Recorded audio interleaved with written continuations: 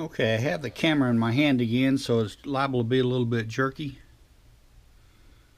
But you can see my diamonds are beginning to take shape.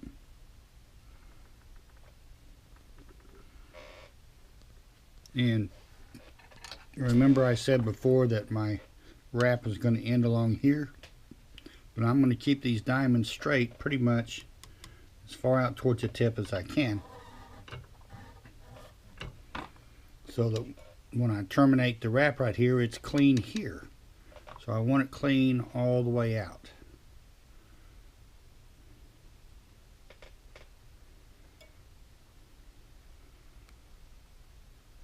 And let me set the camera down again. Okay, now you want to take care to have your diamonds the same size, this way and this way, all of them. So one of the things you can do is you can actually adjust them. This one's off just a little bit and it's up beyond the part where I'm going to keep it. So I'm going to kind of push it in a little bit there and push in a little like that. You notice I snug that diamond down. And so you don't want to make the mistake of letting your burnish tool slip and bounce over, because as it slips and bounces over, it'll drag one of the other threads with it and it'll mess up your wrap. So you're maintaining control while you're moving them. You're being very careful not to let it slip and let your burnishing tools move quickly. You also want to make sure you have your threads. It's very simple to come across your diamond and jump over with your thread, so it starts on the outside here and winds up on the inside next thread on your way across. And then you'll go down a ways and you'll notice what you've done, and it can be recovered from. It's just a pain to do it. Anyway, let me make a couple more passes. Alright, I've made 3 passes up and back on both sides. So as you can see, my diamond is beginning to take shape. Well, let me move the camera a little bit and make sure you can see it. Now you can see that my diamonds are starting to shape up, and you can tell that they're diamonds. And I'm still not sure I like this red band.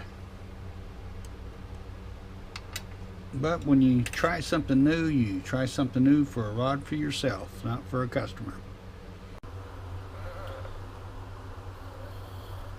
A couple of other things I haven't mentioned up to now.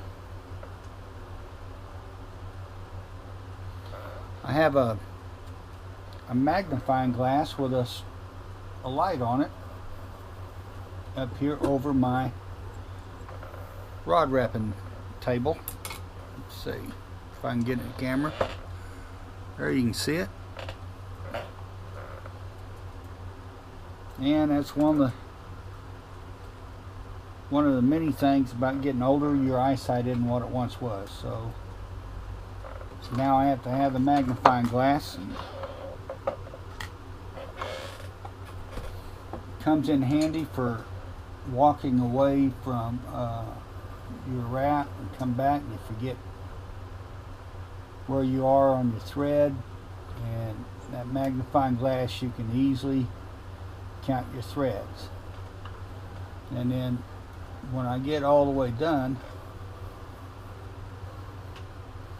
I also use that magnifying glass to make sure everything is just right, because up until you throw your finishing epoxy on there, you can always adjust the threads. Not a great deal, but a little bit. Now also when you start working the thread, now I know that some of you guys and gals will have a job that gives you rough hands. My hands are are kind of rough, and on some of the thread, if your hands are very rough, they'll actually snag on the fibers on the thread and kind of give you a bit of an unraveling look.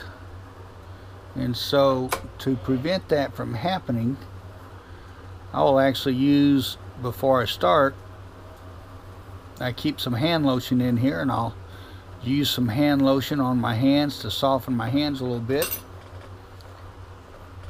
But then I'm going to go wash my hands real good so I don't get any hand lotion oil on the thread that might cause a problem with thread being discolored when you go to putting your epoxy on it.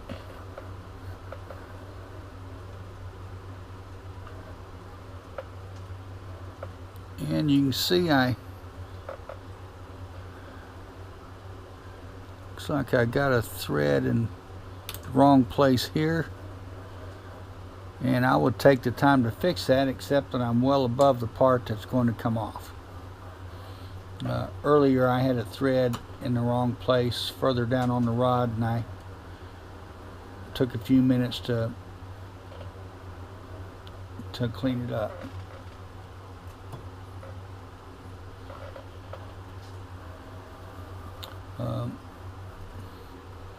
When I mentioned putting the epoxy on the thread, I forgot. I watched my intro video, and I noticed I called what they build the rods with an epoxy, and actually it's a resin, and they put hardener on the resin to make it set up before they bake the rod. I guess I'm used to working with epoxy all the time on the rods, and I just called it epoxy, but technically it's a resin.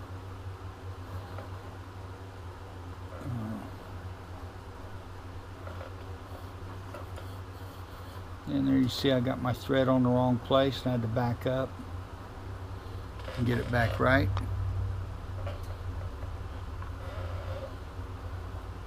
And that's why I watch it pretty carefully as I'm laying it out. Every time I cross a diamond, I check everything, make sure everything's still nice and tight while I'm going. And I suppose when I was younger and could see better, I could do all this much faster. But now I'm older, you can tell by the lack of hair on the introduction video. So there's the hair and the vision, and I'm retired and just in no hurry anyways, so I take my time, and taking my time gives me a product that I can be happy with.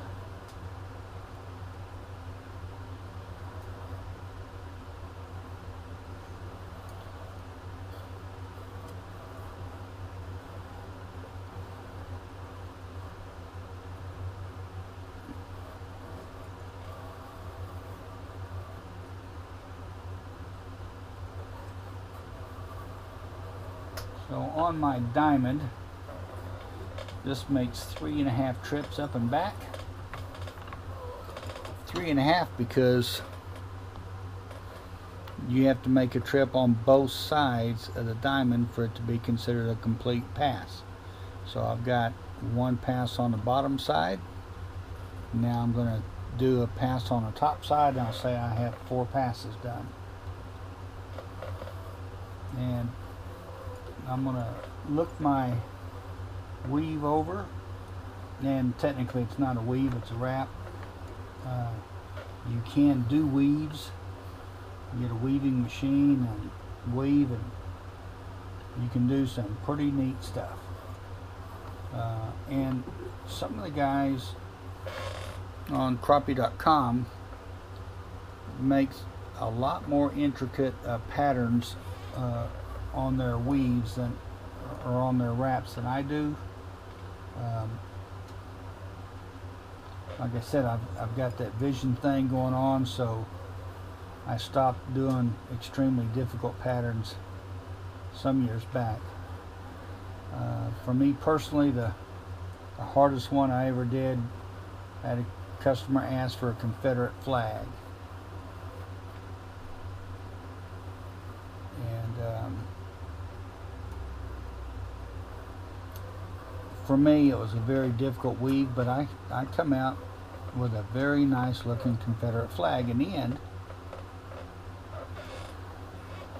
And then one of the bad things happened. Someone walked up and looked over my shoulder and said, "Oh, I want one too."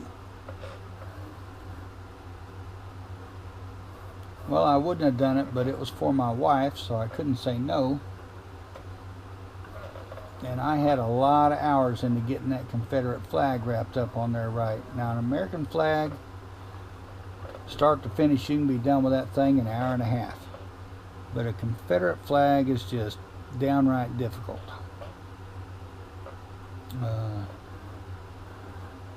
I guess these days a Confederate flag would not be politically correct, and I doubt that anyone would ever ask for another one.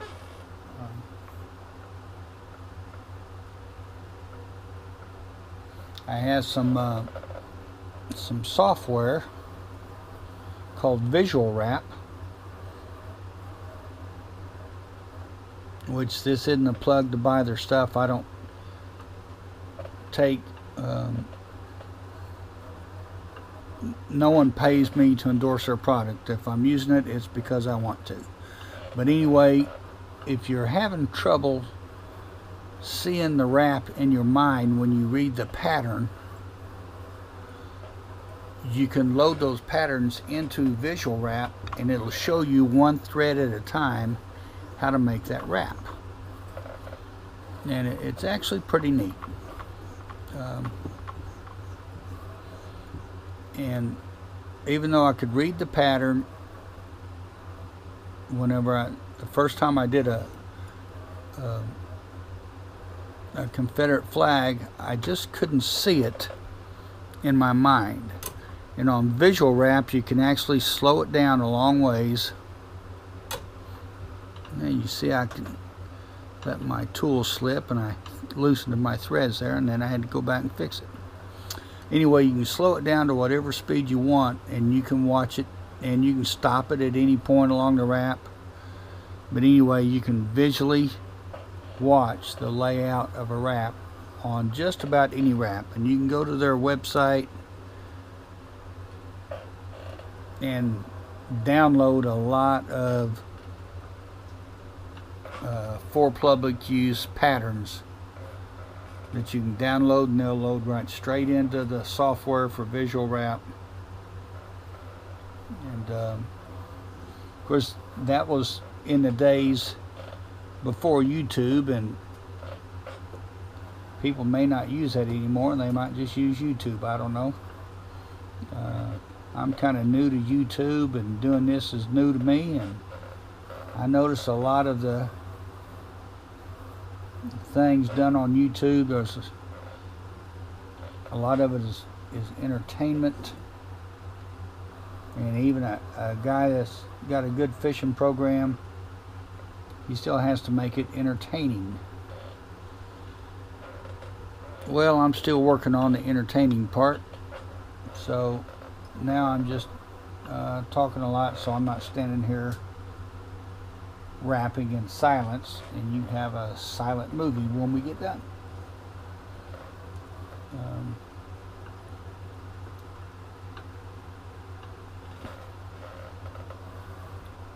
Anyway, I'm coming up on the end of pass number 4.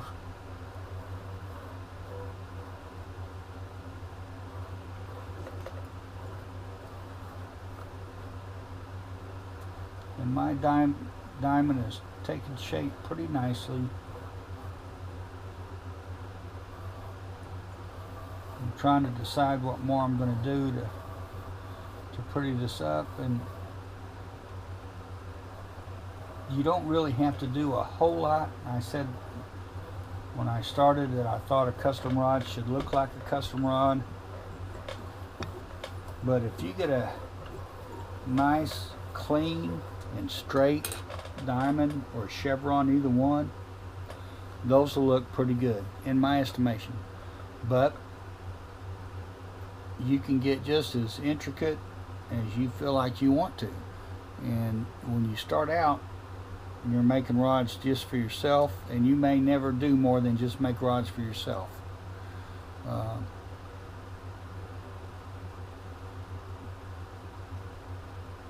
So in doing the rods for yourself, I mean, you can put the time in some pretty intricate patterns. If you're selling rods,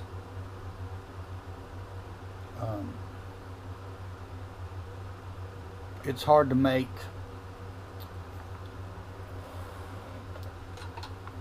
a profit when you put in all that time on a decorative wrap. Now, I don't think I have made, out of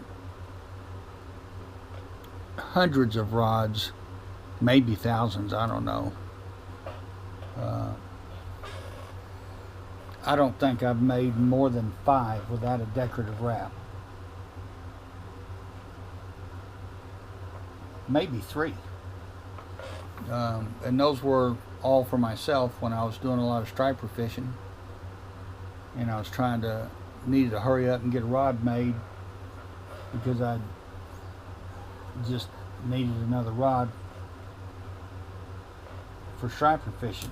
When I first come here, that's all we did was striper fish. And I fished with the original 6 old geezers, and most of them have gone on to be with the Lord. And they thought there was 2 kinds of fishing. You could go striper fishing, and if you wanted to do something different, you could go striper fishing. So let's get a quick count here. There's 2, 3, 4, 5, 6, 7, 8, 9, 10, 11, 12. Looks like I'd made myself 12 striper rods. Of course, you're in a center console boat, and they have rod racks. All the rods stood straight up and down. We usually didn't change lures on the water. Each rod would have a different lure on it, and as a striper would stop biting one thing and move to another, or if the pattern changed, you didn't stop and retie, you just grabbed another rod. So I never striper fish, so I've got 12 rods hanging up there I don't ever use.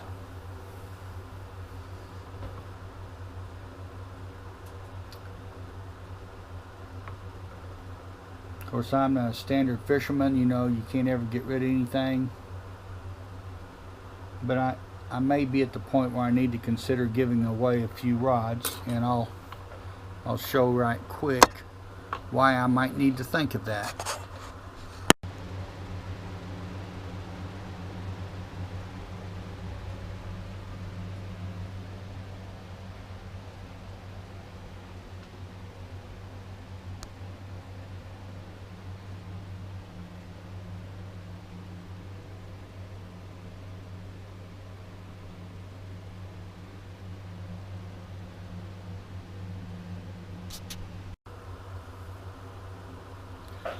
Now those are rods I just made for myself, not including the 6 crappie rods I have leaning up over there waiting on me to change line on, because it's supposed to be just colder than cold for the next few days. And now you see I stopped and got a look. I had a thread jump on me a while ago over here. And as I was spinning around the rod, I seen where it messed up my wrap down several diamonds. And instead of going on, I just stopped and straightened it out.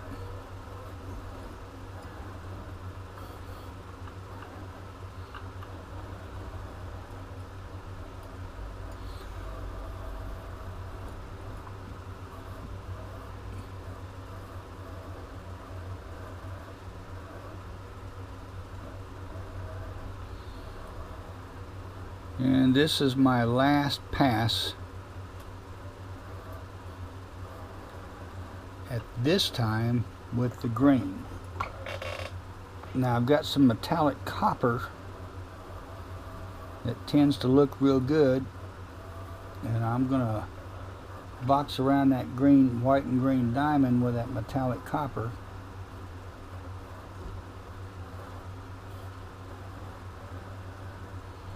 And it just gives a nice effect. Now on your rod wrapper, whether you actually have a rod wrapper or you're using a book, if you have your thread on your thread carriage set a little too tight, it'll begin to fray the thread. So while I like a tight wrap, I know too tight a wrap will fray my thread.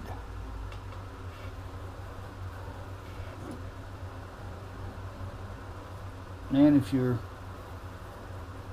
just made you a couple of homemade ends to hold up the rod and running your thread through a book,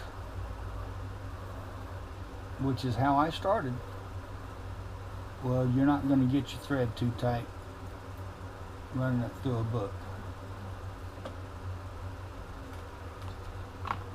Alright, it's time to terminate this thread before I go on with the next color. So let me move the camera over closer again. Do this one more time and see if it, make sure everyone knows how to do this. You just make your loop, and like I said, I use a braided thread. That's just because I had a braided fishing line, actually, as I had my pull loop break a couple times on me. And realistically, it only takes about 5 turns, but I make several.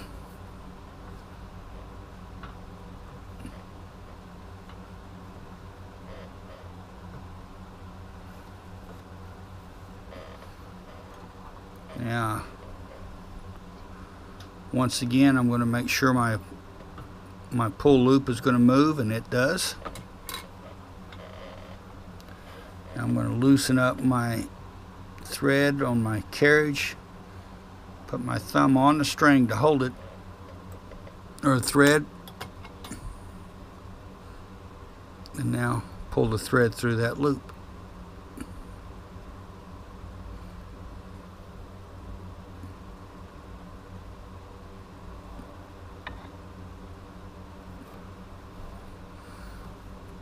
Pull it tight. And I don't need to yank that much thread through there, so there we go. That's going to give me 5 diamonds on the bottom side.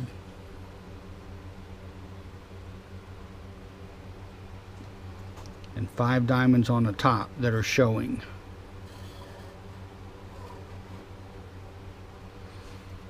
For the decorative wrap.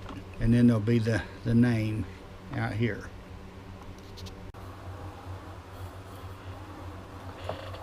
Well, I decided I would put a couple of wraps of green on the outside of that copper.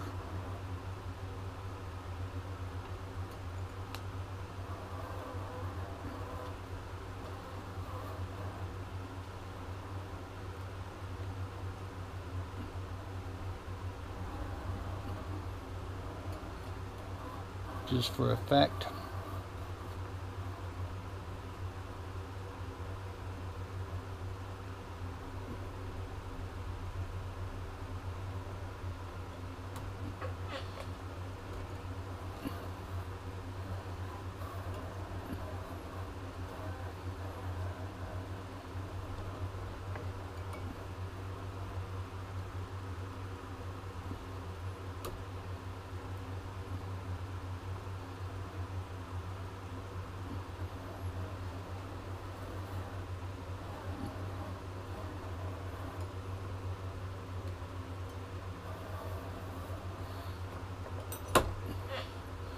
Maybe even just one. Let's see what it looks like.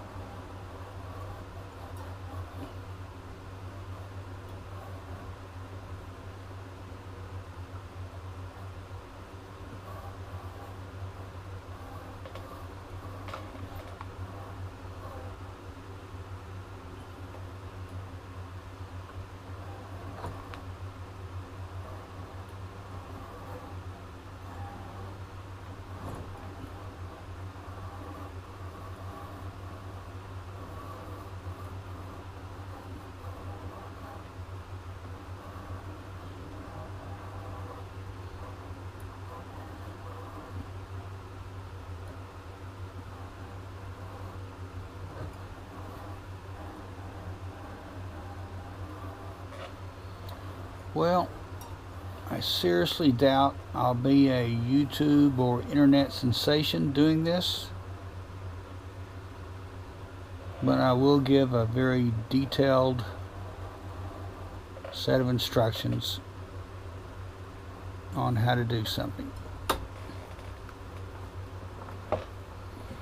In this case, on how to make a custom fishing rod.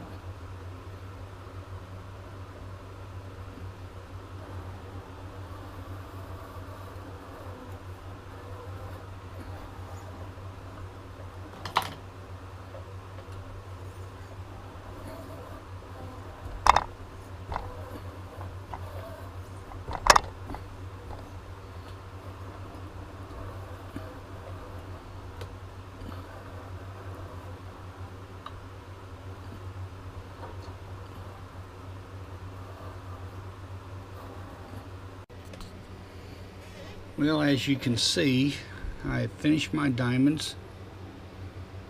I think they're pretty sharp.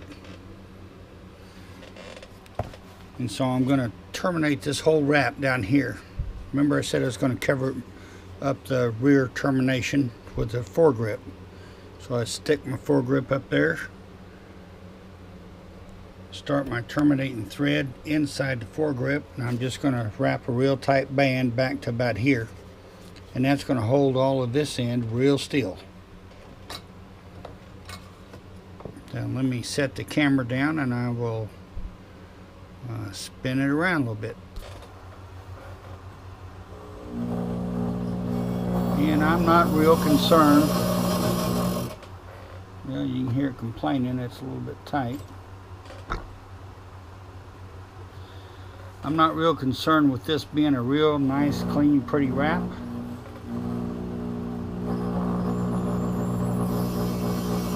I am concerned with it holding this lower end of the wrap.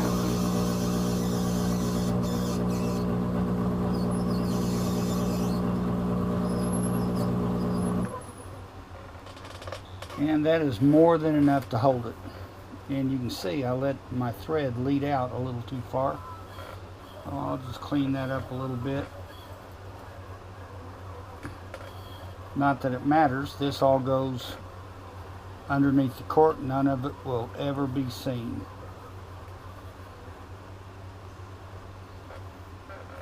And throw me a terminating loop in there.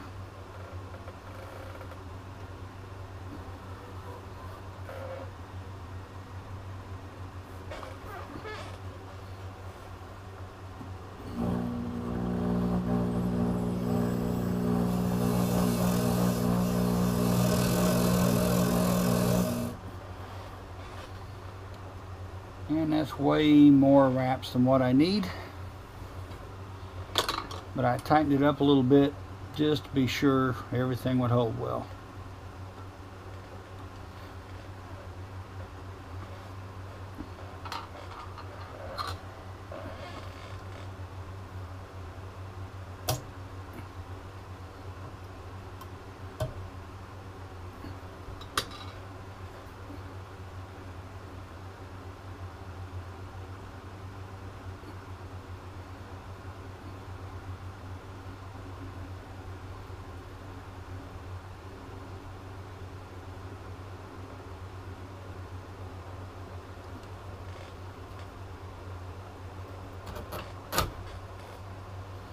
And there we go. So whenever I feel like it, I can start cutting all this thread off and removing all this.